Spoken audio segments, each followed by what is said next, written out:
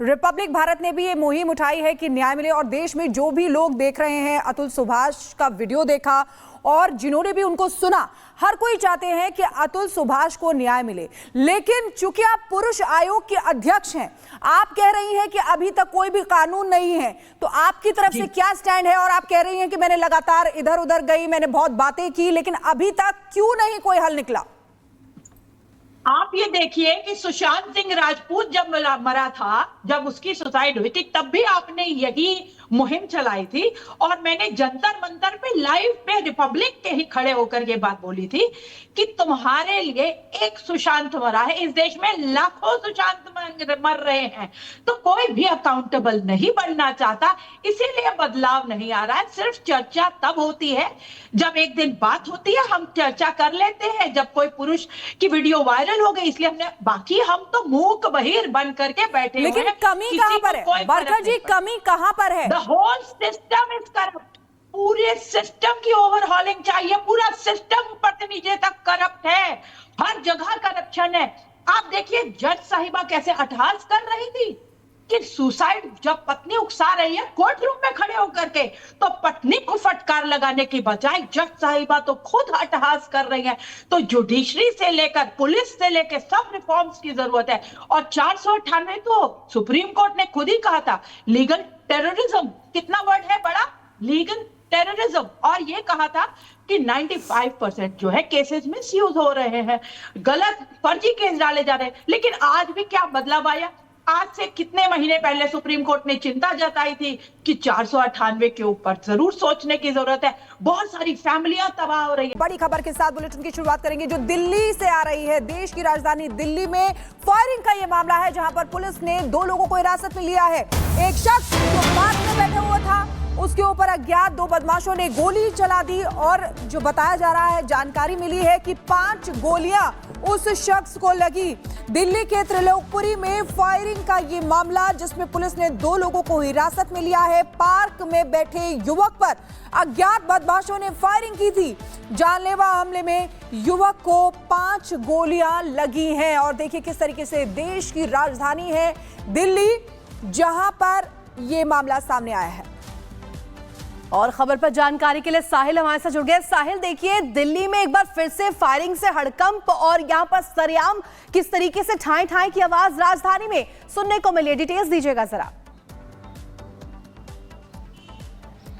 हाँ जी बिल्कुल, ये मामला जो है बीती रात 12:30 बजे के आसपास का है। दिल्ली के त्रिलोकपुरी 13 ब्लॉक में रवि एक पार्क पे अपने दोस्तों के साथ बैठा हुआ था और रात 12 बजे के आसपास कुछ हमलावर पिस्टल लेके आते हैं और इसी जगह पे रवि पे कई राउंड फायरिंग कर देते हैं। जो आसपास दोस्त बैठे थे वो अपनी जान बचा के मौके से भाग निकलते थे, लेकिन रवि को गोलियां लगने के कारण रवि यहीं पे इंजर्ड हो जाता है। अब बताया जा रहा है कि इसी जगह पे रवि और उसके दोस्त जो थे रात के समय आग पर हाथ ताप रहे थे, उसी दौरान का ये मामला बताया जा रहा है। और ये तस्वीर आप देख सकते हैं, गोली की जो मार्क है वो यहाँ पर दिखाई दे रहे हैं। ये गेट पे गोली का निशान है, दीवार पे बुलेट का मार्क है और बताया जाता है कि 3 से 4 राउंड फायर जो है इस पूरे इंसिडेंट में हुए हैं। और ताजा अपडेट ये है कि पुलिस ने इस मामले में 2 लोगों को गिरफ्तार भी कर लिया है, जिनका नाम रोहित और राहुल बताया जा रहा है। और इनके साथ गोलू नाम का एक शूटर मौजूद था, जिसकी रवि से पुरानी रंजिश चल रही थी। तो शुरुआती इन्वेस्टिगेशन में ही लग रहा है कि पुरानी रंजिश के कारण इस वारदात को अंजाम दिया गया है। लेकिन जिन 2 लोगों को अभी पुलिस ने गिरफ्तार किया उनसे पूछताछ की जा रही है। जो तीसरा शूटर है गोलू, वो फिलहाल पुलिस की गिरफ्त से फरार चल रहा है। उसकी गिरफ्तारी के लिए पुलिस जो है लगातार दबिश दे रही है। फिलहाल जो रवि है वो मैक्स अस्पताल में एडमिट है, उसका इलाज चल रहा है। पुलिस उसका होश में आने का इंतजार कर रही है। होश में आने के बाद जो है उसका स्टेटमेंट रिकॉर्ड किया जाएगा। लेकिन जिस समय इंसिडेंट हुआ, बिल्कुल साहिल, जिस तरीके से आप जानकारी दे रहे हैं, यहाँ पर सरेआम गोलीकांड का मामला सामने आया है। देखना होगा कि जांच पड़ताल में क्या कुछ सामने आता है। बहुत शुक्रिया आपका तमाम जानकारी के लिए। बढ़ेंगे आगे और अब बात करेंगे उस बड़े सवाल की जो लगातार खड़े हो रहे हैं, वर्शिप एक्ट रहेगा या नहीं। इस बीच एक बड़ी खबर इसी को लेकर के सामने आ रही है। प्लेसेस ऑफ वर्शिप एक्ट को लेकर के आज सुनवाई होनी है और तमाम दलीलें आज पेश की जाएंगी। तो देखिए बड़ी जानकारी आपको दे दे, प्लेसेस ऑफ वर्शिप एक्ट पर आज सुनवाई सुप्रीम कोर्ट में होने वाली है और वर्शिप एक्ट के समर्थन और विरोध में कई याचिका दाखिल की गई है और इसी के बेसिस पर आज तमाम दलीलें रखी जाएंगी, दोनों ही पक्षों की तरफ से, समर्थन में भी और विरोध में भी। तो प्लेसेस ऑफ वर्शिप एक्ट रहेगा या नहीं, इस पर बड़ा सवाल। और अखिलेश राय हमारे संवाददाता हमारे साथ सीधे सुप्रीम कोर्ट से जुड़े हुए हैं, उनके पास जाना चाहेंगे। अखिलेश, बहुत बड़ा दिन है क्योंकि प्लेसेस ऑफ वर्शिप एक्ट जिसका इस्तेमाल लगातार मुस्लिम पक्ष करता रहा है, उस पर आज सुनवाई होनी है। इस समय क्या अपडेट?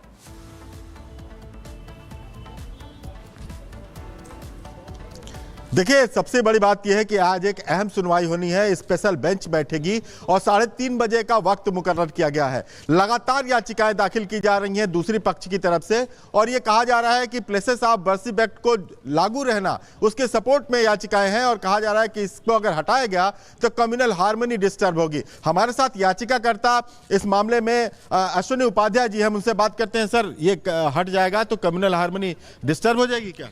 जो लोग ऐसी बात कर रहे हैं, इनफैक्ट वो भारत के संविधान को धमकी दे रहे हैं, भारत की न्यायिक व्यवस्था को धमकी दे रहे हैं, भारत के लॉ एंड ऑर्डर को धमकी दे रहे हैं। अगर इस तरीके से धमकी होने लगे, कल को हिंदू भी सड़क पे आ जाएंगे, तब क्या होगा? हमारा ये कहना है कि अगर आप कोर्ट का दरवाज़ा बंद कर देंगे तो भारत में लोकतंत्र खत्म हो जाएगा, भीड़तंत्र हावी हो जाएगा। जैसे वक्फ एक्ट बनाया वैसे महाघटिया कानून है, लेकिन कम से कम उसमें इतना रास्ता तो दिया है कि वक्फ बोर्ड चले जाओ, वक्फ ट्रिब्यूनल चले जाओ। आर्बिट्रेशन एक्ट बनाया, उसमें बोला कोर्ट नहीं जाना है, लेकिन आर्बिट्रेशन कर सकते हैं। इस कानून में तो सारे रास्ते बंद कर दिए, ना आर्बिट्रेशन कर सकते हैं, ना वक्फ बोर्ड जैसा, वक्फ ट्रिब्यूनल जैसा कोई ट्रिब्यूनल बना के दिया, और ऊपर से कोर्ट जाने का रास्ता बंद कर दिया। तो इसलिए ये कानून पूरी तरीके से संविधान विरोधी है। और एक बात मैं बताऊं, ये कानून का नाम है प्लेस ऑफ वर्शिप एक्ट, पूजा स्थल कानून। ये प्रार्थना स्थल कानून नहीं है, प्लेस ऑफ प्रेयर एक्ट नहीं है। मंदिर को पूजा स्थल कहते हैं और मस्जिद को प्रार्थना स्थल कहते हैं। दूसरा, ये कानून रिलीजियस कैरेक्टर की बात करता है, आइडेंटिटी की बात नहीं। ये कहता है जो रिलीजियस कैरेक्टर है वो कंटिन्यू रहेगा। हम भी यही कह रहे हैं, रिलीजियस कैरेक्टर कंटिन्यू रहेगा। Once a temple always a temple. Temple का कैरेक्टर कभी नहीं बदलता। जहां तक ढांचा है ना, तो ढांचा देख के आप ये डिसाइड नहीं कर सकते कि वो मंदिर है कि मस्जिद है। मैं उदाहरण देता हूं, मैं इस समय सुप्रीम कोर्ट में हूं, काली कोर्ट में हूं, तो मैं वकील दिख रहा हूं। मैं अभी एम्स में चला जाऊं, हॉस्पिटल में चला जाऊं, सफेद कोट पहन लूं, मैं डॉक्टर दिखूंगा। मैं किसी पुलिस लाइन में चला जाऊंगा, खाकी वर्दी पहन लूंगा तो मैं इंस्पेक्टर दिखूंगा। मैं तिलक लगा लूं तो हिंदू, टोपी पहन लूं तो मुस्लिम, इसके अलावा अगर साफा बांध लूं तो सिख हो गया, और क्रॉस पहन लूं तो क्रिश्चियन हो गया। ये मेरी बाहर की पहचान है। मेरा करैक्टर क्या है ये जानने के लिए तो सर्वे करना पड़ेगा। इसलिए हम कह रहे हैं, चाहे वो भद्रकाली हो, चाहे भोजशाला हो, चाहे अटाला हो, चाहे अपना संभल का हरिहर मंदिर है, इसका करैक्टर पता करिए। ये कानून भी कहता है करैक्टर पता करना चाहिए। और करैक्टर कैसे पता चलेगा? जब आप उसका जीपीएस सर्वे करेंगे, जब आप वहाँ पे कार्बन डेटिंग करेंगे, जब वहाँ पे जो लेटेस्ट टेक्नोलॉजी और आ चुकी है उसकी टेक्नोलॉजी यूज़ करेंगे। ये लड़ाई हिंदू और मुस्लिम की नहीं है, ये लड़ाई भारत की संप्रभुता और विदेशी आक्रांताओं के बीच में है। जब यहाँ वहसी दरिंदे चले गए, बाबर, हुमायूं, तुगलक, गजनी, गोरी चले गए, तो उन्होंने जो हमारे मठ मंदिर तोड़े और उन मंदिरों को तोड़ा जिनका वर्णन उपनिषद में है, जिनका वर्णन वेद पुराण में है, जिनका वर्णन गीता रामायण में है, हमारे धार्मिक ग्रंथों में है, उन स्थानों को रिस्टोर करने का अधिकार हमको मिलना चाहिए।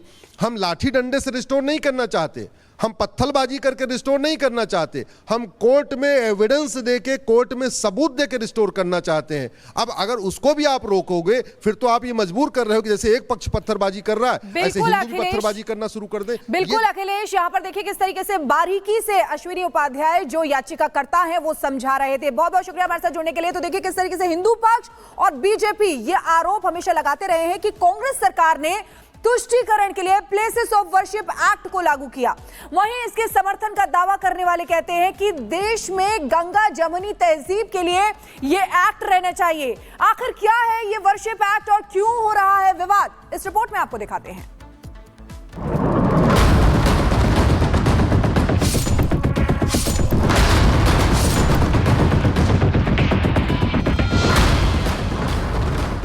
जब जब हिंदू मंदिरों का दावा करते हुए मस्जिदों का सर्वे हुआ, तब तब मुस्लिम पक्ष ने प्लेसेस ऑफ वर्शिप एक्ट 1991 को लागू करने का राग अलापा।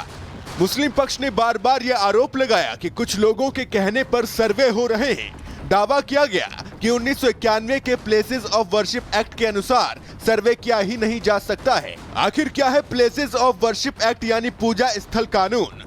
सुप्रीम कोर्ट में कुल 6 याचिकाएं दाखिल की गई हैं। इनमें कुछ में प्लेसेस ऑफ वर्शिप एक्ट 1991 को रद्द करने की मांग की गई है।